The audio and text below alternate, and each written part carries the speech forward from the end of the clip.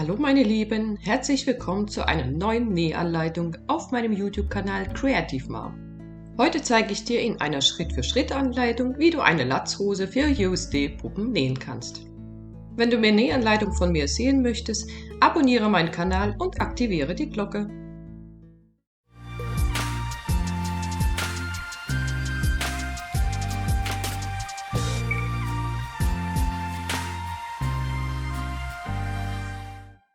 Druckt das Schnittmuster aus und schneidet alle Teile zu. Diese Schnittmuster und alle, die in Zukunft folgen werden, findet ihr ab sofort in meinem Coffeeshop. Für die Latzhose eignen sich hervorragend leichte Baumwollstoffe. Die Taschen braucht man am Anfang nicht zuschneiden, ich zeige euch später im Video, wie man das mit den Taschen macht. Als erstes werde ich die Innentasche und den Taschenbesatz vorbereiten. Die runden Kanten der Taschenbesätze versäubere ich mit einem Fake Overlock Stich. Das kann auch mit einem Zickzackstich gemacht werden. Ich zeige dir nun, wie ich die Taschenbesätze an den Taschenbeutel annähe. Wenn der Taschenbeutel an den Tascheneingriff festgenäht ist, wird der Taschenbeutel nach innen geklappt und der untere Teil des Taschenbeutels nach oben geklappt. Und wie man sieht, kommt oben in die Ecke der Taschenbesatz hin. Dort stecke ich den Taschenbesatz fest und nähe direkt in die vorher versäuberte Kante.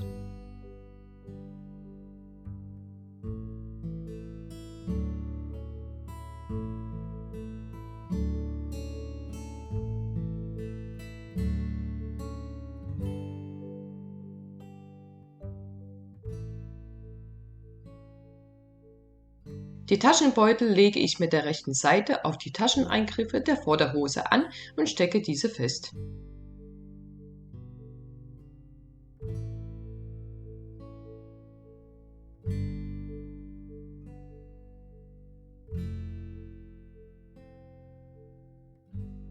Ich nähe mit einem geraden Stich und einem Abstand von 0,5 cm. Die Naht wird am Anfang und am Ende gut verriegelt.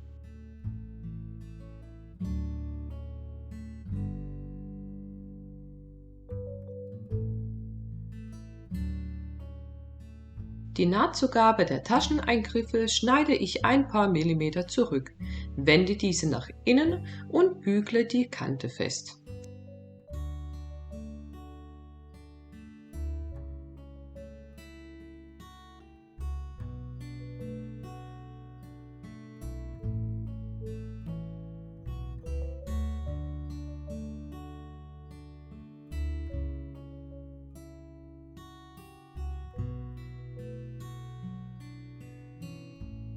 Leider hat meine Kamera an dieser Stelle die Aufnahme unterbrochen und ich kann euch nicht zeigen, wie ich den Tascheneingriff abgesteppt habe. Ich habe ihn zweifach abgesteppt, einmal knappkantig zum Rand und dann die zweite Naht im Abstand von 2 mm zur ersten Naht gelegt.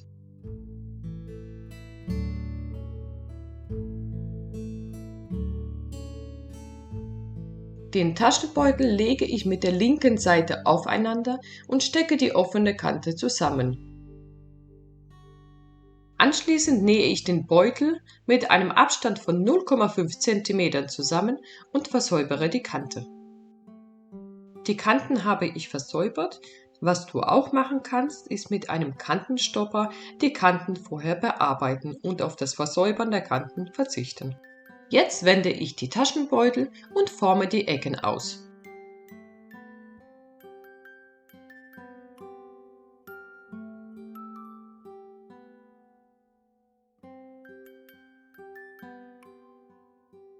Den Taschenbeutel und die Vorderhose bügle ich und fixiere die Tasche oben und an der Seite mit ein paar Hilfsnähten.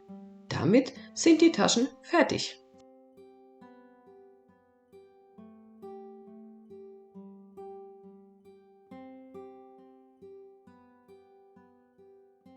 Beide Vorderteile lege ich mit der rechten Seite aufeinander und stecke sie mit ein paar Nadeln fest.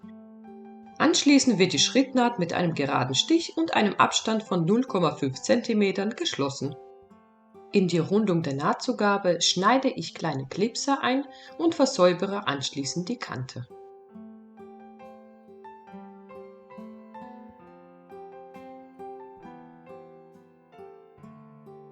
Anschließend klappe ich die Nahtzugabe nach rechts und steppe sie von der rechten Seite mit einem geraden Stich ab.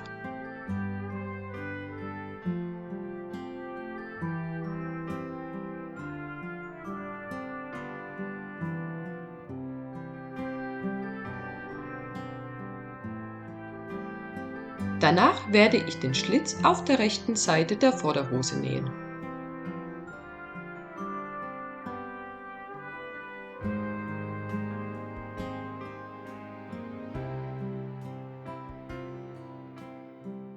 Die Vorderhose ist soweit fertig und ich nehme beide Rückenteile und lege sie jeweils mit der rechten Seite auf die Vorderhose und stecke sie fest.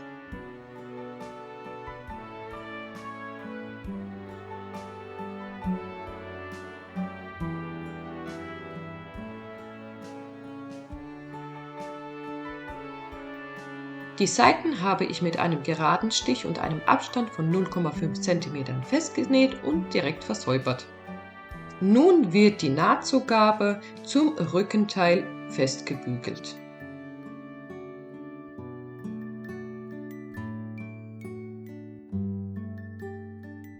Anschließend steppe ich die Nahtzugabe von der rechten Seite mit einem geraden Stich fest.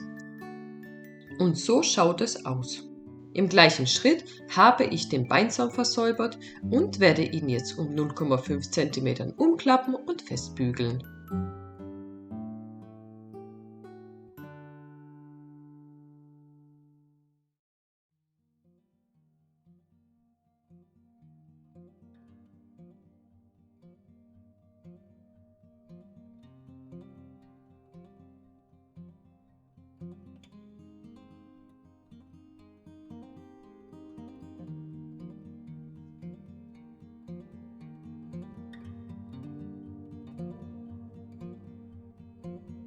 Den Saum steppe ich zweifach mit einem geraden Stich ab.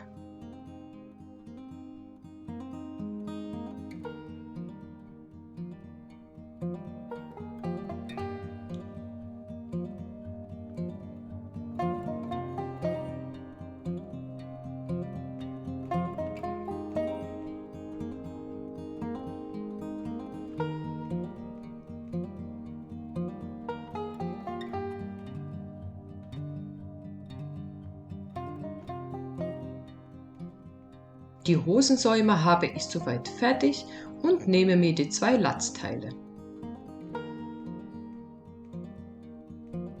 Den Futterstoff versäubere ich an der unteren Kante. Jetzt werde ich die 2 Träger vorbereiten. Zuerst falte ich den Träger einmal in der Mitte und bügele die gefaltete Kante fest. Anschließend wird der Stoff auseinandergeklappt und die kurzen Seiten nochmal zur Mitte geklappt und festgebügelt.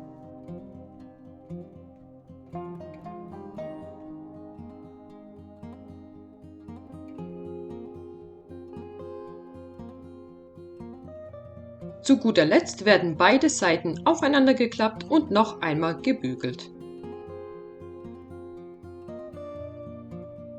Damit der Träger nicht auseinanderklappt, hefte ich ihn mit ein paar Handstichen zusammen.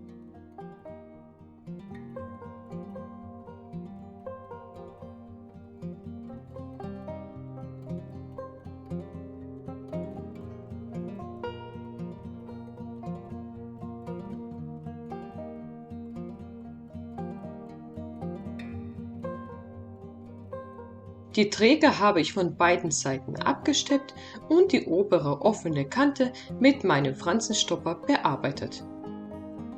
Jetzt übertrage ich die Markierung für die Träger vom Schnittmuster auf den Latzteil.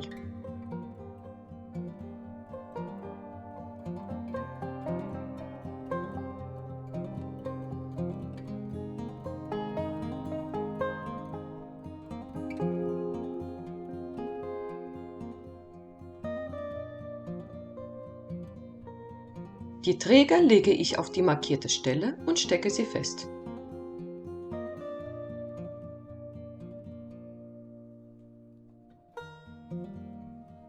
Jetzt lege ich den Futterstoff mit der rechten Seite auf den Latz und stecke alles rundherum fest.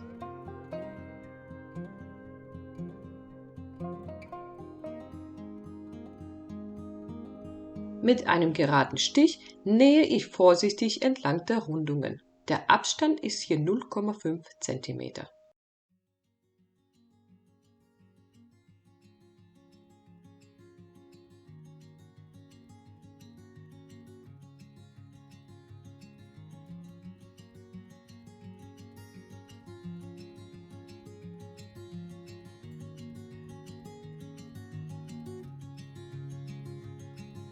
Die Nahtzugabe und die Ecken schneide ich ein paar Millimeter ab.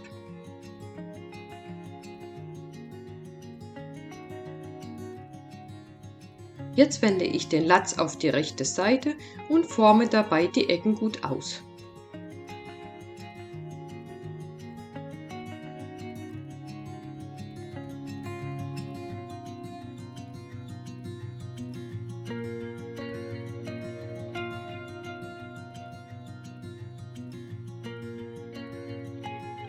Alle Kanten werden noch einmal ordentlich gebügelt. Dabei achte ich darauf, dass man den Futterstoff von der rechten Seite nicht sieht.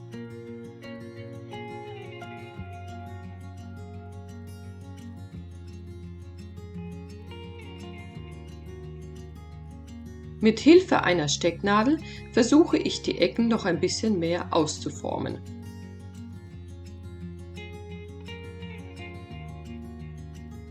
Ich nehme mir die Hose und bearbeite den hinteren Schritt mit dem Franzenstopper. Wenn du keinen Franzenstopper hast, kannst du das Ganze auch mit einem Zickzackstich oder einem Overlockstich versäubern. Ich klappe die Hose aufeinander und klipse einen kleinen Schnitt, wie auf dem Schnittmuster angezeigt wird, in die hintere Schrittkurve ein.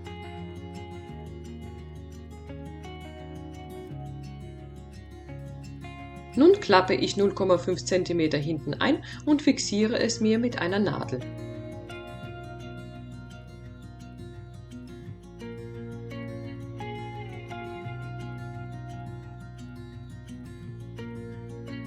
Den Latz falte ich zusammen und markiere mir die Mitte.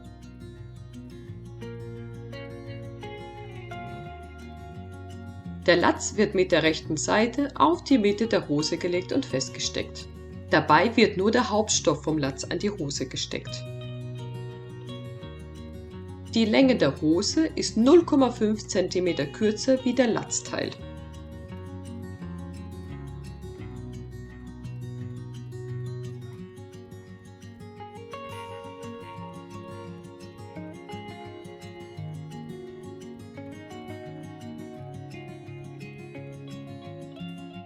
Mit einem Abstand von 0,5 cm nähe ich beide Teile zusammen. So sollte es aussehen. Die Nahtzugabe vom Hauptstoff wird nach oben geklappt und anschließend die Seiten zusammengesteckt.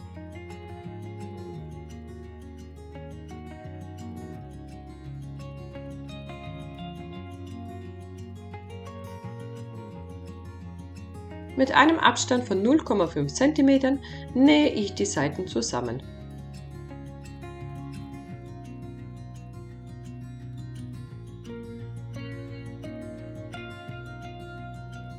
Ich kürze die Seiten und schneide die Ecken ein bisschen ab.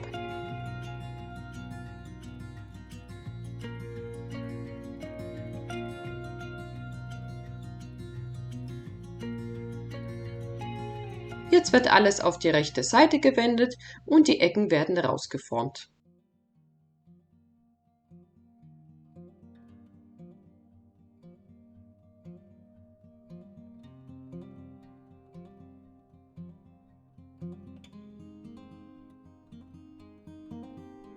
Ich bügle alle Kanten nochmal schön flach, fixiere den Latz und das Futter und steppe mit einem geraden Stich alles rundherum ab.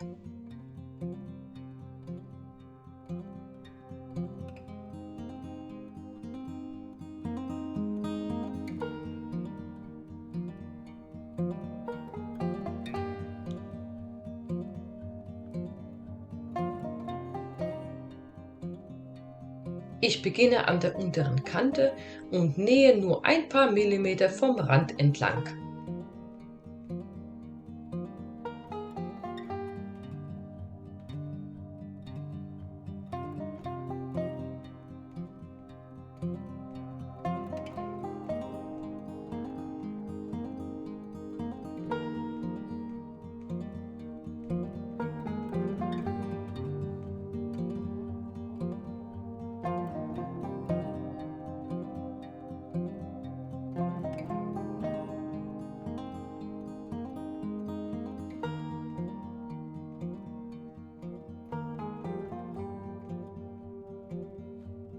Bevor ich die hintere Naht schließe, werde ich die Latztasche und die hinteren Taschen vorbereiten. Ich nehme ein Stück von meinem Hauptstoff, lege die Taschenvorlage drauf und übertrage sie mit einem Trickmarker auf den Stoff. Anschließend füge ich an alle Seiten jeweils 0,5 cm Nahtzugabe hinzu, bis auf die obere Kante der großen Latztasche. Dort füge ich 1 cm Nahtzugabe hinzu. Bei den kleinen hinteren Gesäßtaschen werden an alle Seiten jeweils 0,5 cm Nahtzugabe hinzugefügt. Und hier seht ihr es nochmal. Bei der großen Tasche ist oben 1 cm und bei den kleinen Taschen 0,5 cm Nahtzugabe. Ich klappe die obere Kante der Tasche mit der rechten Seite aufeinander und stecke die Seiten zusammen. Das gleiche wiederhole ich auch mit den kleinen Taschen.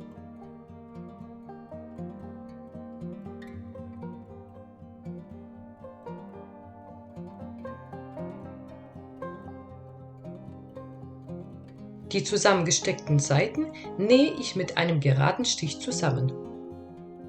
Die Ecken werden etwas zurückgeschnitten und die Taschen anschließend auf die rechte Seite gewendet.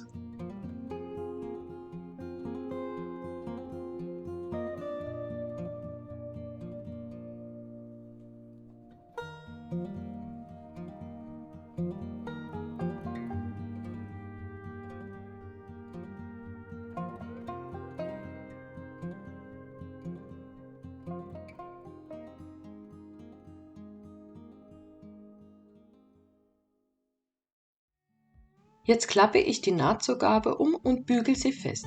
Seid hier vorsichtig, die Taschen sind sehr klein und man bügelt ganz schnell mal über die eigenen Finger. Wenn es dir mit den kleinen Taschen zu fummelig ist, kannst du sie auch gerne weglassen.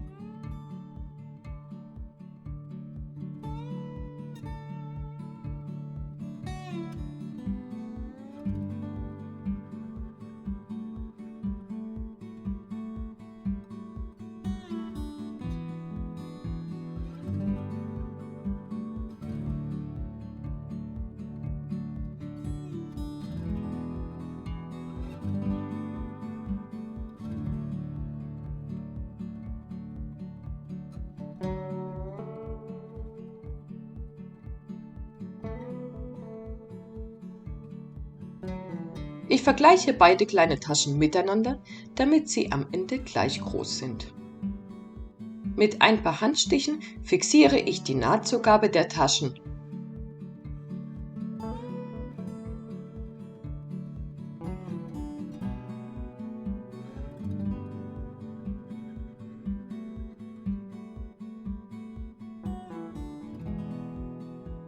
Die große Tasche habe ich oben zweifach mit einem geraden Stich abgesteppt.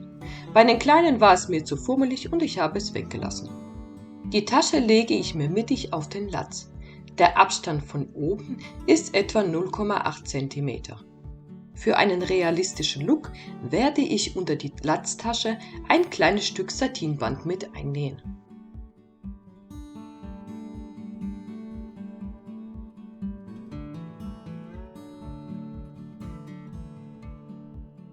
Wo genau die kleine Tasche hinkommt, seht ihr anhand des Schnittmusters. Am besten schneidet ihr die Tasche aus der hinteren Hosenvorlage raus, legt die Hosenvorlage direkt auf den Stoff und platziert die Tasche drauf. Ich habe sie zur Seitennaht im Abstand von 1 cm gelegt und das obere Ecke der Tasche liegt 0,5 cm von der Latznaht.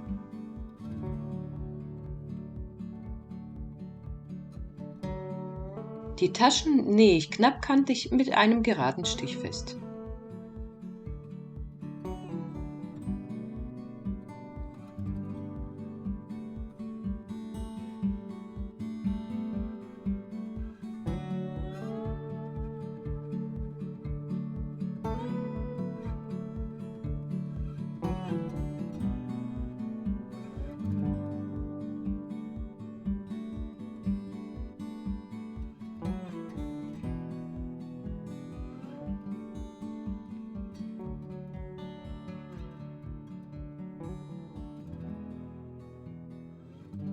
Nachdem alle Taschen festgenäht sind, klappe ich die Hose mit der rechten Seite aufeinander und stecke die hintere Strittnaht zusammen. Danach wird sie mit einem Abstand von 0,5 cm zusammengenäht. Anschließend muss die Kante versäubert werden, entweder mit einem Overlockstich oder mit einem Fransenstopper. Zu guter Letzt schließe ich noch die Innenbeinnaht, schneide die Nahtzugabe etwas zurück und versäubere die Kante mit einem Overlockstich.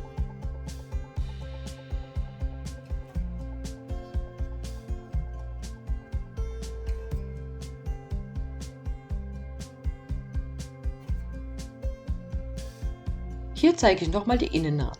Die Nahtzugabe habe ich Richtung Po gelegt und mit ein paar Handstichen festgenäht.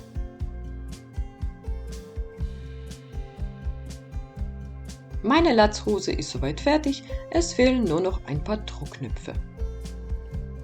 Ich habe mich dafür entschieden, die Träger über Kreuz anzubringen.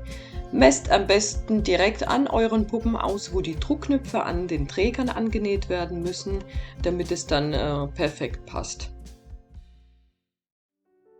Meine Lieben, mein heutiges Projekt ist zu Ende. Ich entschuldige mich für meine kratzige Stimme. Ich habe mich die letzten Tage anscheinend bei meinen Kindern angesteckt und zum Ende des Videos verschwand meine Stimme immer mehr. Aber ich wollte für euch durchhalten und dieses Video unbedingt noch diese Woche hochladen. Ich werde das Schnittmuster in den nächsten paar Tagen, Wochen auch auf MSD-Größen anpassen und in meinem Shop für euch hochladen. Ich wünsche euch viel Spaß beim Nachnähen, bleibt kreativ und bis zum nächsten Mal. Bye bye!